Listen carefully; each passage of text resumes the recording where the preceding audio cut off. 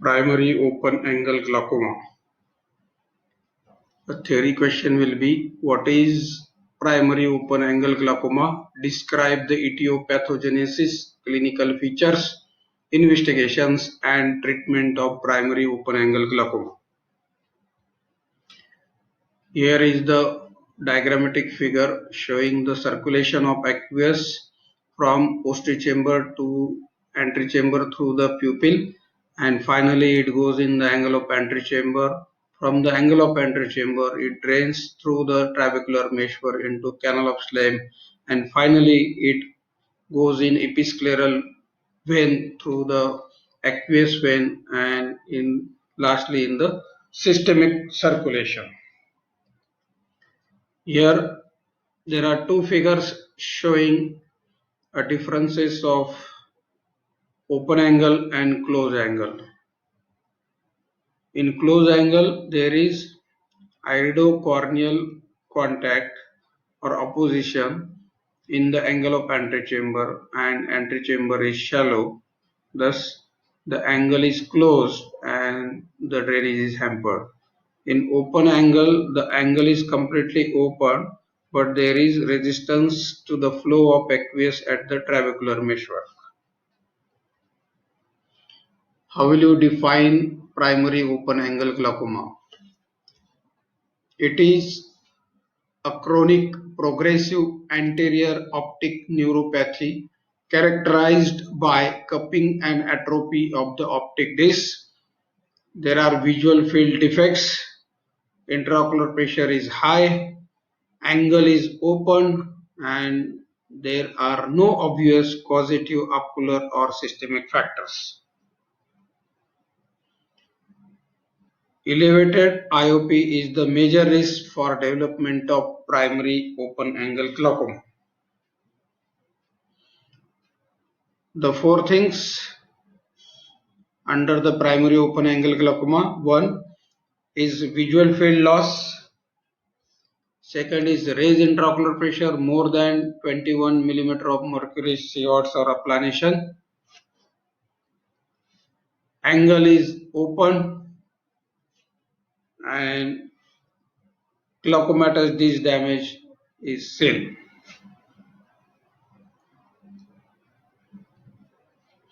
What are the risk factors for the development of primary open-angle glaucoma? Age. Most of the cases present after the age of 65 years. Race. It is more common earlier onset and more severe in blacks. Inheritance. Level of intraocular pressure, outflow facility, and disc size are inherited. Risk is increased double if parents has primary open-angle glaucoma. Risk is increased 4 times if siblings has primary open-angle glaucoma. Myopics are more prone to develop primary open-angle glaucoma because of thin lamina cribrosa, which cannot withstand with normal intraocular pressure or higher intraocular pressure. Diabetics have a higher prevalence of primary open-angle glaucoma than non-diabetics. Cigarette smoking is also thought to increase its risk factor. High blood pressure is not the cause of rise in intraocular pressure. However, the prevalence of primary open glaucoma is more in hypertensives than the normotensive. Thyrotoxicosis, also not the cause of rise in intraocular pressure, but the prevalence of primary open-angle glaucoma is more in patients suffering from Graves' ophthalmic disease than the normals. Classic risk factors for glaucoma: strong association, intraocular pressure, age, ethnicity, family history, moderate association with myopia, diabetes, weak association with systemic hypertension, migraine, and vasospasm. Pathogenesis of primary open-angle glaucoma. There is resistance to drainage of aqueous through the trabecular meshwork due to thickening of trabecular lamella, which reduces the pore size, reduction in number of lining of trabecular cells, increased extracellular material in the trabecular meshwork, absence of giant vacuoles in the cell lining of canal of Slade. Corticosteroids. Corticosteroid responsiveness. Patients with primary open-angle glaucoma and their offspring and siblings are more likely to respond to 6 weeks topical steroid therapy with a significant rise of intraocular pressure. Incidence of primary open-angle glaucoma: 1 in 100 of the general population of either sex above the age of 40 years. 1/3 cases of all glaucomas are primary open-angle glaucoma. Symptoms of primary open-angle glaucoma: there is insidious, slowly progressive bilateral condition. Most patients are asymptomatic until the late stages of disease. Patients may experience mild headache and eyeache. Few patients may experience a scotoma. Frequent change in presbyopic glasses. Delayed dark adaptation. In late stage, patient may experience restriction in visual field. Signs of primary open-angle glaucoma: anterior segment signs, normal anterior segment, late stages sluggishly reacting pupil, cornea may show slight haze, central corneal thickness less than 555 microns, intraocular pressure changes, dis changes, visual field changes are noted. Diagnosis of primary open-angle glaucoma by measurement of intraocular pressure, visual field recordings, fundus examination, gonioscopic examination of angle of antechamber, diagrammatic figure showing diagnostic test. One is in recording intraocular pressure, second is funduscopic examination, gonioscopic examination of angle of antechamber, and field defects recorded. Here there is photograph showing the recording of intraocular pressure by Schwartz tonometer. The normal intraocular pressure ranges between the 10 to 21 millimeter of mercury. If the intraocular pressure more than 21, it is said borderline raised intraocular pressure. More than 24 or 24, it is higher side of intraocular pressure. Now we will see about the diurnal variation. Initial stages of IOP: not raised permanently. There will be exaggeration of normal diurnal variation. A variation in the IOP of over 5 mm mercury shots or applanation is suspicious. 8 mm of mercury shots or applanation is diagnostic of glaucoma. These are the differences between the lowest intraocular pressure and highest intraocular pressure measured during diurnal variation.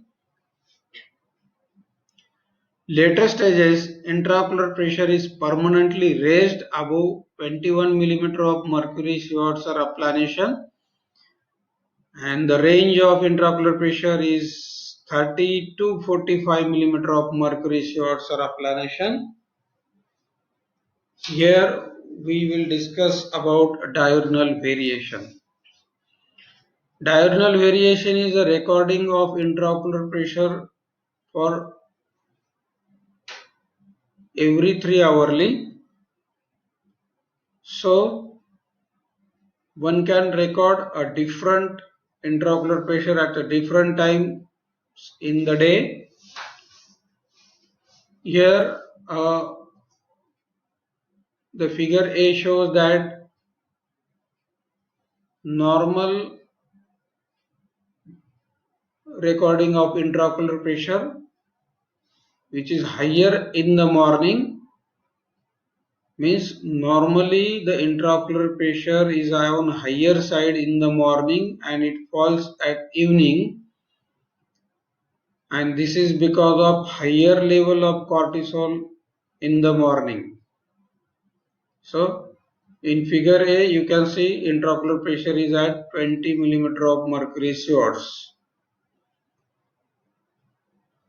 Whenever there is a primary open angle glaucoma suspect, in initial stages, you can see the exaggeration of the diurnal variation. Here you can see there is a rise of intraocular pressure in morning session. It becomes 40 mm of mercury shots, and it suggests that patient is having primary open angle glaucoma. This is a one phase where the morning pressure is higher. In another condition, there will be exaggeration of afternoon pressure, where in figure C you can look at the graph showing higher intraocular pressure at 3 o'clock afternoon. The diurnal variation may be biphasic, where the exaggeration may be in the morning and it is also present in the afternoon. Means twice a day there will be a rise of intraocular pressure. This is a biphasic graph. Here you can see morning 40 and afternoon again 40. That's why diurnal variation is very important investigating tool in initial stages of primary open angle glaucoma. Now we'll discuss about the optic disc changes. The optic disc changes, the recording and documentation techniques, serial drawing, photography, photogrammetry, confocal scanning laser topography, Heidelberg retinal tomogram, other advanced imaging techniques where the optical coherence tomography is used, OCT, scanning laser polarimetry, that is nerve fiber analyzer. Here diagrammatic picture showing normal optic disc and normal optic cup with normal fundus, blood vessels and macula and fovea. Here in disc we have to look for two changes. One is size of the cup, shape of the cup and shifting of the blood vessels and neuroretinal rim of the disc. and ratio of the cup to disc, that is called as a CD ratio. Here picture suggests you of normal CD ratio. This is 0.3. Here normal optic disc where you can see the cup of a normal size and shape with normal neuroretinal rim. Again, this is a normal picture showing the normal CD ratio, but here you can see the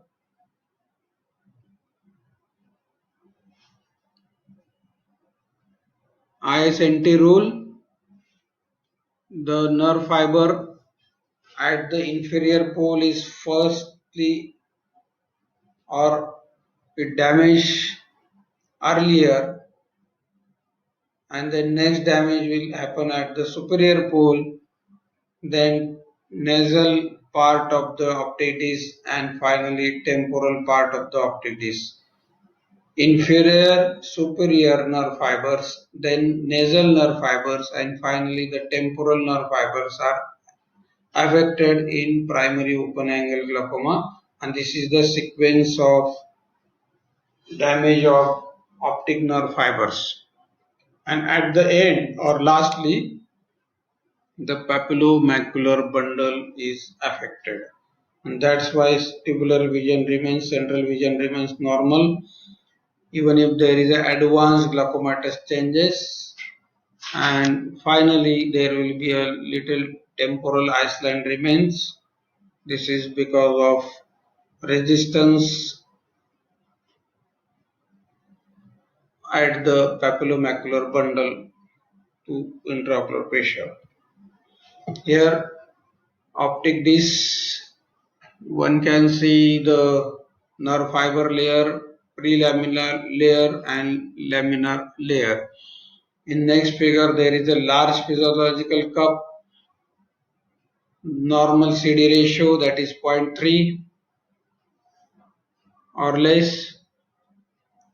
2% of population may have a cup disc ratio more than 0.7, but here important is optic cup is circular.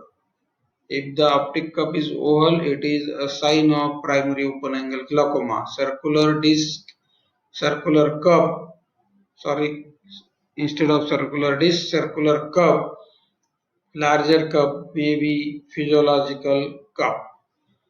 And the last figure showing the total glaucomatous cupping.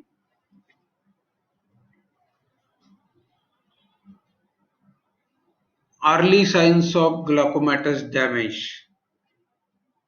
Vertically oval cup because of affection of inferior and superior pole nerve fibers, and they are more likely to affected first because there is a crowding at superior and inferior pole of the disc. So the cup may become vertically oval. There may be asymmetry of the cup. Larger cup 0.6 diameter, 0.6 CD ratio. Splinter hemorrhage may be noted on the disc margin. Paler areas of the disc. Atrophy of retinal nerve fiber layer. All these are the early signs of glaucomatous damage. Here diagrammatic figure showing vertically oval cup. Optic disc changes. Look at this two optic discs from two different eyes of the same person. One eye showing the normal CD ratio and other eye showing CD ratio is increased. Cup size is increased. This asymmetry of the cup more than 0.2 CD ratio is suspicious for the glaucoma. Here larger cup more than 0.6 CD ratio is also a case for suspicion of glaucoma. splinter hemorrhage at the disc margin. Here you can see the wedge-shaped damage to the inferior arcuate nerve fibers, giving rise to the inferior notch. This is the earliest sign. Then advanced signs of glaucomatous damage. The optic nerve head shows the generalized enlargement of cup, mark cupping, CD ratio may be between 0.7 to 0.9, thinning of neuroretinal rim, nasal shifting of retinal vessels giving rise to the bioneting sign, pulsation of the retinal artery was visible, normally they are not visible, peripapillary atrophic changes are seen around the disc. Non-specific signs of glaucomatous damage are exposure of lamina cribrosa giving rise to the lamellar dot sign, bioneting of the vessels, it means double angulation of blood vessels seen at the disc margin. Here you can see the barring of circumlinear blood vessels, bioneting sign at the inferior pole of the disc, nasal shifting of blood vessels because of atrophy of the nerve fibers. Here you can see the grayish dot in the base of the cup, which suggests that because of atrophy of the nerve fibers, the lamina cribrosa is visible, giving rise to the lamellar dot signs. Here, last advanced changes in the optic disc is glaucomatous optic atrophy, late stage glaucomatous damage.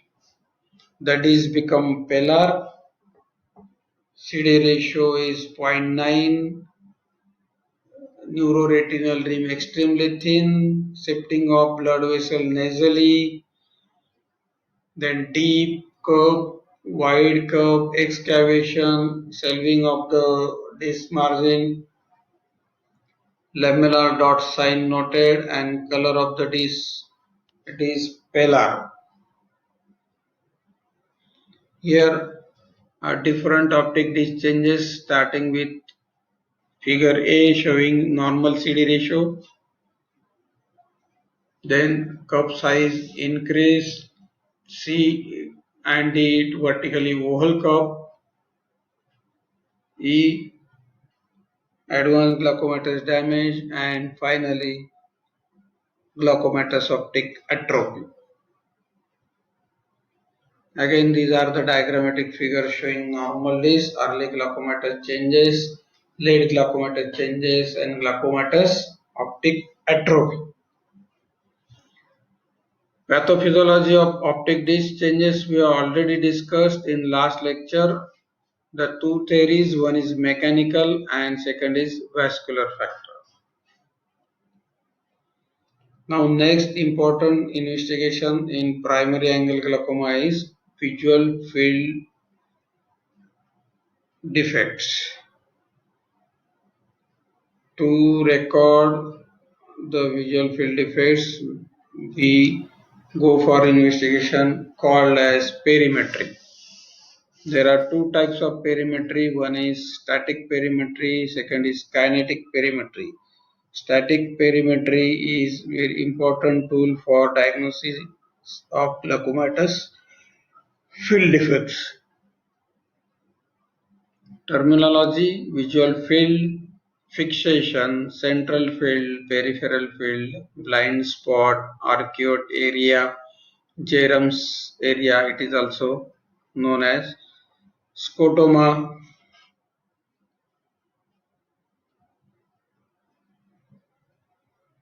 An island of vision in the sea of darkness is the definition of visual field.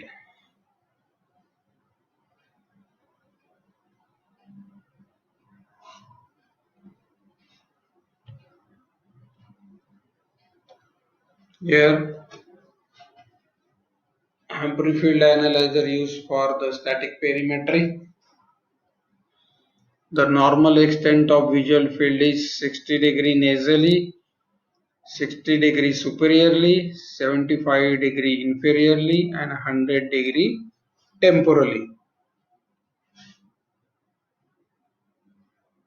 Central field is field 30° from the fixation, and peripheral field of vision is field of vision beyond 30°. Here normal visual field with a blind spot, red arrow showing the blind spot, punctum cecum, that is physiological blind spot, present in between 10 to 20° temporally, occurs due to absence of photoreceptors on the optic disc, not normally perceived as the brain interpolates the blind spot based on surrounding details and information from the other eye. The other terminology is scotoma. Scotoma, this is the type of visual field defects. It is a defect surrounded by normal visual field. Relative scotoma, an area where object of low illuminance cannot be seen, but larger or brighter ones can see. Absolute scotoma, nothing can be seen at all within that area. Arcuate area, also known as Jerum's area, and this is the field of vision between the 10 to 20° of the central visual field.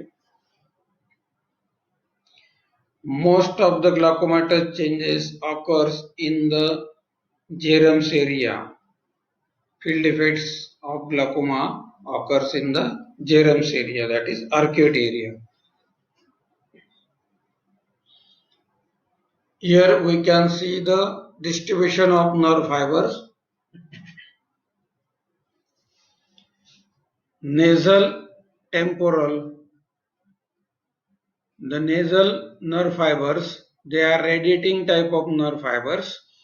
They are superior radiating nerve fibers, inferior radiating nerve fibers. They converge on the optic disc nasally. The other fibers are arcuate fibers from temporal side of the retina. The two types, superior arcuate nerve fibers and inferior arcuate nerve fibers. The superior arcuate nerve fibers, they converge on superior pole of the optic disc. Inferior arcuate fibers, they converge in the optic disc on inferior pole, and the nerve fibers arising from the macula, they are converge on temporal portion of the optic disc, and it is called as papillomacular bundle, and this is the important site. It is lastly to get affected in primary open angle glaucoma. Papillomacular bundle is lastly affected in a glaucoma. The first affected nerve fibers are inferior pole, that is inferior fiber, then superior pole superior fibers, that is arcuate, inferior arcuate fibers first to get affected, then second is superior arcuate fibers to get affected, then nasal fibers, and finally temporal fibers. So, rule for the glaucomatous damage to the optic nerve fibers are ISNT: inferior pole nerve fibers, superior arcade fibers, nasal fibers, and temporal fibers. The important visual field defects in glaucoma: first is barring of the blind spot because of isopter contraction. Here you can see the blind spot is out of the visual field. This is called as barring of the blind spot. Then next important change is isolated scotoma in the superior visual field in Jerum's area, and this is known as superior paracentral scotoma. It is because of damage of the inferior arcade fibers present in arcade area called as superior paracentral scotoma. Then these coalesce together, or it coalesce with blind spot, giving rise to the shape of sickle, and that's why it is called as Siddle's scotoma. Then next advanced condition of this field defect is superior quadrant, that is in Jerum's area. Jerum's scotoma it is called as, or superior arcade scotoma it is called as. It is because of involvement of inferior arcade nerve fibers. Superior arcuate scotoma, or known as Jerum's scotoma. Then the inferior field of vision also show the arcuate scotoma. Both meet together at median raphe. These nerve fibers never cross the median raphe. That's why there will be steps developed at nasal part of the visual field. Because of median raphe, they don't cross. These two arcuate scotoma meeting at median raphe with the formation of step. This is called as double arcuate scotoma with Ronay's nasal step. The step is shown by red arrow. Here you can again see the visual field defects. One is barring of the blind spot.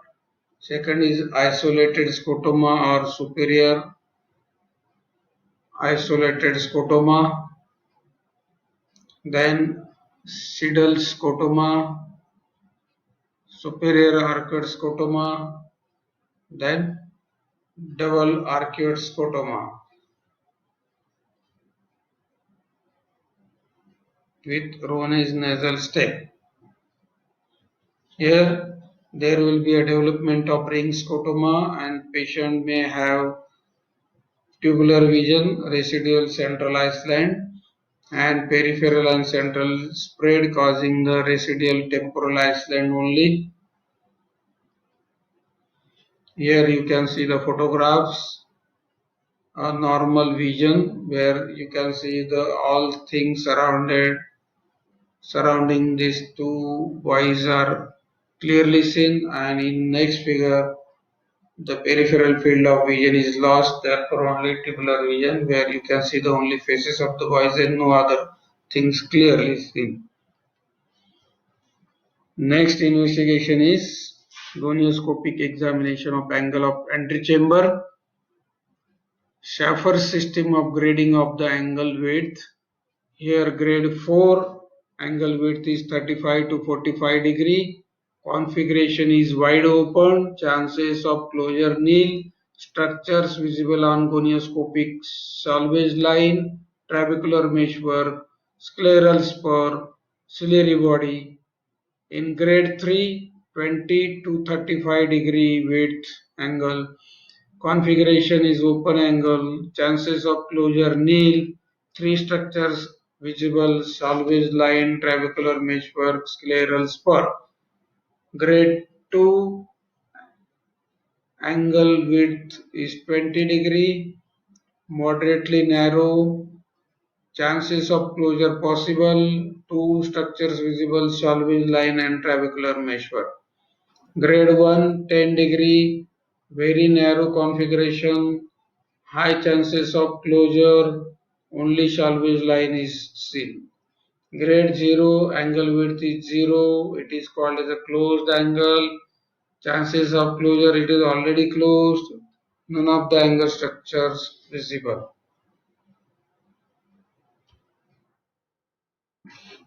Now treatment of primary open angle glaucoma. As the primary open angle glaucoma causes the irreversible blindness and it is having a chronic gradual loss of vision and condition is most of the time asymptomatic. If the symptoms it becomes symptomatic in a late stage, so early detection is very important. And for early detection we go for recording the intraocular pressure, diurnal variation, optic disc changes, field defects and angle of antechamber examination by gonioscopy. After this, we label the condition as a primary open angle glaucoma. We treat this by three ways. One is giving drugs locally or systemically. Then next line of treatment is lasers and last line of treatment is surgical treatment. Drugs to treat the glaucoma can be classified as a beta blockers, sympathomimetics, myotics, prostaglandin analogs, carbonic anhydrase inhibitor may be topical and systemic.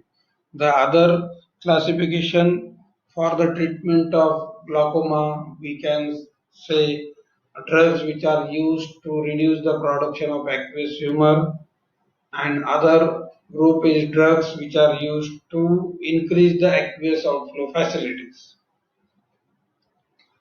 Beta blockers, the mechanism of action which causes the reduction of intraocular pressure by reducing the aqueous humor formation.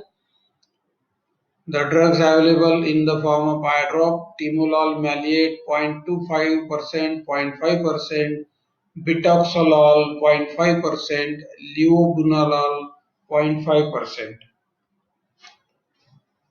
Timolol is a non-selective beta-adrenergic blocking agent. Action: it reduces the aqueous secretion. Drugs added to melanin in the iris pigment epithelium. Action lasts for 2 to 3 weeks after stopping the drug. The depot effect phenomena. That's why intraocular pressure may remain normal 2 to 3 weeks even after stopping the drug. The onset of action maximum 1 to 2 hours. Duration of the action may remain 12 to 24 hours and therefore dose, it is given topically in the form of eye drop twice a day. It has got a short-term escape and long-term drift.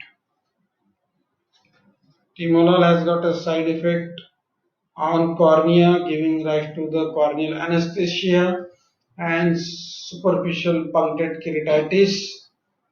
It it is a non-selective beta blocker, that's why it can affect the beta 2 receptors of the lungs, causing the bronchospasm, and beta 1 receptors of the heart, causing the bradycardia and hypotension. That's why these drugs are contraindicated in bronchial asthma and cardiac asthma. Carbonic anhydrase inhibitors, mechanism of action, it reduces the aqueous secretion. The drug is acetazolamide. It can be given Orally, it can be given intravenously. Nowadays, the drops are also available. Systemically, tablet acetazolamide 250 milligram QID is given. This drug is reserved for acute rise of intraocular pressure or acute condition of glaucoma, or it can be given in a primary open angle glaucoma for few days if the pressure is on higher side. Then locally it is available in the form of darzolamide 2% given BID in the form of eye drop or brinzolamide eye drop. Prostaglandin analogs, the mechanism of action, it increases the uveoscleral outflow. The drugs available are latanoprost eye drop 0.005%, travoprost 0.004%, uniproston 0.15%. The adrenergic drugs, alpha and beta agonist, mechanism of action reduces the aqueous secretion and increases the aqueous outflow. Epinephrine 0.5%, 1%, 2%, dipiveprin, apraclonidine and brimonidine, which is a selective alpha 2 agonist. Mechanism of action of anti-glaucoma drugs, flowchart showing beta blockers mechanism of action decreases the aqueous production. Myotics increase trabecular outflow by constricting longitudinal ciliary body muscle and opening trabecular meshwork. Adrenergic agonist, non-specific adrenergic agonist decreases the aqueous production and increases the outflow facility. Alpha 2 agonist decreases the aqueous production and enhances the uveoscleral outflow. Example is brimonidine. Carbonic anhydrase inhibitors decreases the aqueous production. Prostaglandin analogs increase the uveoscleral outflow. Hyperosmotic agent increases the osmolarity of blood, thus drawing the aqueous from vitreous. Protamide analogs enhance uveoscleral outflow and promote outflow via trabecular route. Laser therapy.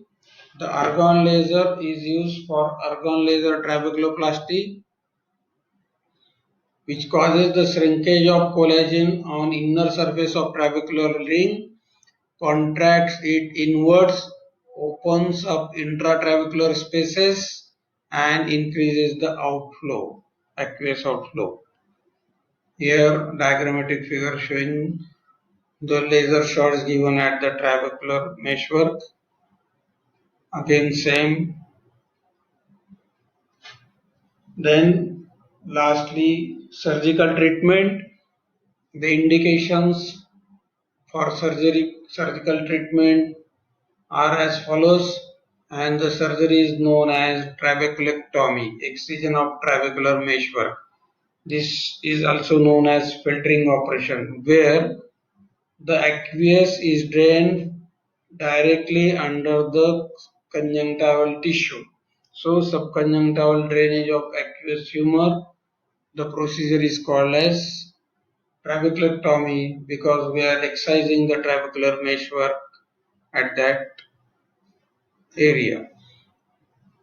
The indications are failed medical therapy, failed laser trabeculoplasty, poor patient cooperation, inability to adequately visualize trabeculum as primary therapy in advanced diseases. Here you can see superficial flap is made, deep flap is made, and then uh, trabecular meshwork is excised, a window is kept open, and peripheral buttonhole alectomy is done, and this is closure of the superficial scleral flap and closure of conjunctiva, then the aqueous is drained under the conjunctiva, forming the bleb. This is a trabeculectomy or filtration operation for glaucoma. The another condition we call as a normal tension glaucoma, where the etiology is not clear. Some individuals are sensitive even to normal intraocular pressure. Hypothesis is higher prevalence of vasospastic disorders such as migraine, Raynaud's phenomenon, ischemic vascular diseases, coagulopathies. The normal tension glaucoma diagnosis is done by recording the intraocular pressure which is less than 21 mm of mercury. Glaucomatous optic neuropathy is noted, visual field defects are there, and angle is open. The condition ocular hypertension is labeled when there is elevated intraocular pressure, normal optic disc, normal visual fields, no known ocular or systemic condition accounting for increased pressure. Thank you.